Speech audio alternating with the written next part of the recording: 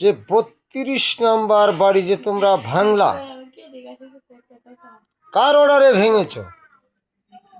আন্দোলনে কেই বা কাহারে গুলি করেছে?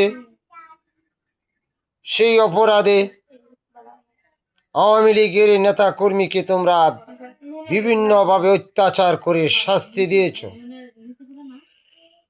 তাহলে 32 নাম্বার বাড়ি যারা ভেঙেছ, কোন কারণে ভেঙেছ?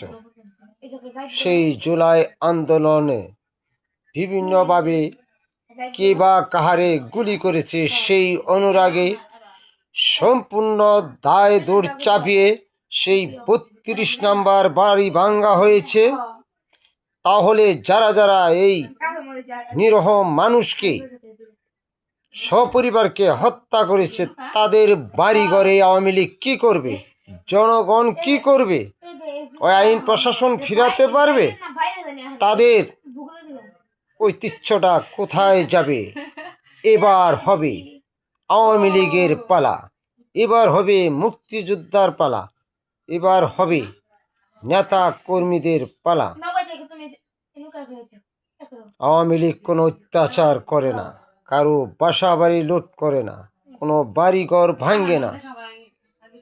এই নুসা বাসার পরে কোন পাওয়ারে, কোন রাষ্ট্রের কথায়, কার কথায় এই রকম আন্দোলন করে, বিভ্রান্তিত সৃষ্টি করে, এত দুষ চাপিয়ে শেষ করে দিতে হচ্ছে বিভিন্ন সরকারি প্রতিষ্ঠান?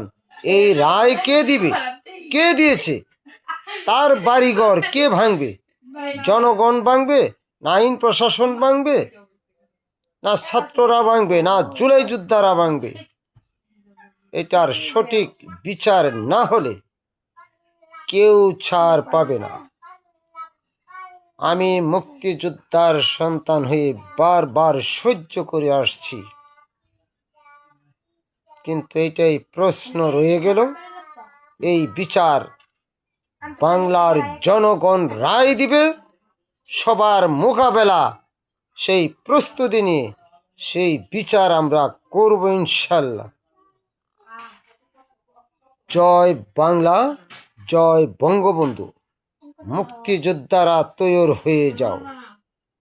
যেমন পাক হানাদার এই দেশ থেকে তাড়িয়েছিল, তোমাদের কাছে বিচার রইল এই, কার বাড়ি কে ভাঙবে, কে কোথায় দাঁড়াবে? এই প্রশ্ন রেখেই বিদায় নিলাম। আমি শফি ভাই মিডিয়া। আল্লাহ হাফেজ। জয় বাংলা, জয় বঙ্গবন্ধু।